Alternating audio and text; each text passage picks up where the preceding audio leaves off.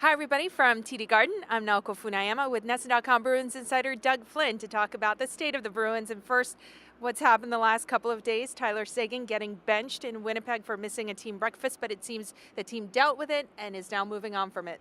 Yeah, I mean, certainly it's been the big story the last couple of days, but I think the Bruins, I've done the right thing here. They didn't try to hide it. They didn't try to cover up. They made their message. They made their point to Tyler that he has to play by the same rules as everyone else. He accepted his punishment. He sat out a game. Now it's time to move on. Get him back in the lineup. He's going to play against Florida, and see how he learns from this, how he reacts. That's going to be the key thing going forward. How does he respond? Will he get back on? Because he's been having a great year. You don't want to, take anything away from what he's done so far. You just want him to get back on track and get back, to doing what he's been doing so effectively this year. Yeah, and he's been such a key part of the team this year, team leading scorer in goals and, of course, in points as well.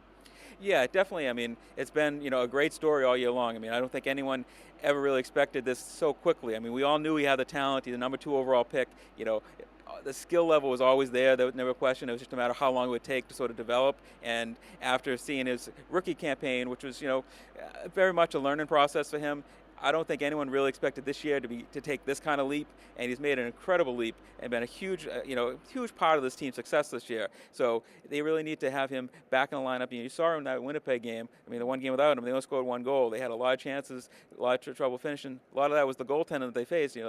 Run into a hot goaltender can do that to a lot of teams. But it certainly would have helped to have had a finisher like Tyler Seguin in that game. Now they'll get him back. Now hopefully they'll have a little bit more of that finish again.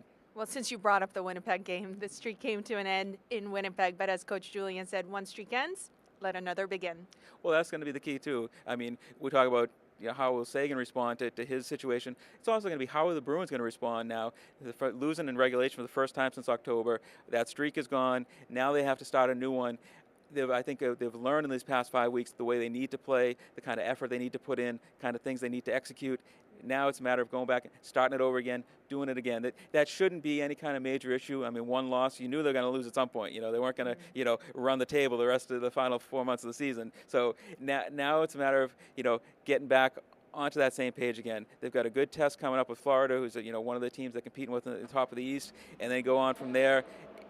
They got a lot of good tests coming up, and just overall, they've got the mentality, they've got the execution down, they've played so well of late. I don't see that falling off, but it's going to be fun to watch, see how they do respond to their first little bit of adversity in a long time. All right. Well, for more on the Bruins, you can always check out Doug Flynn's stuff on NESN.com.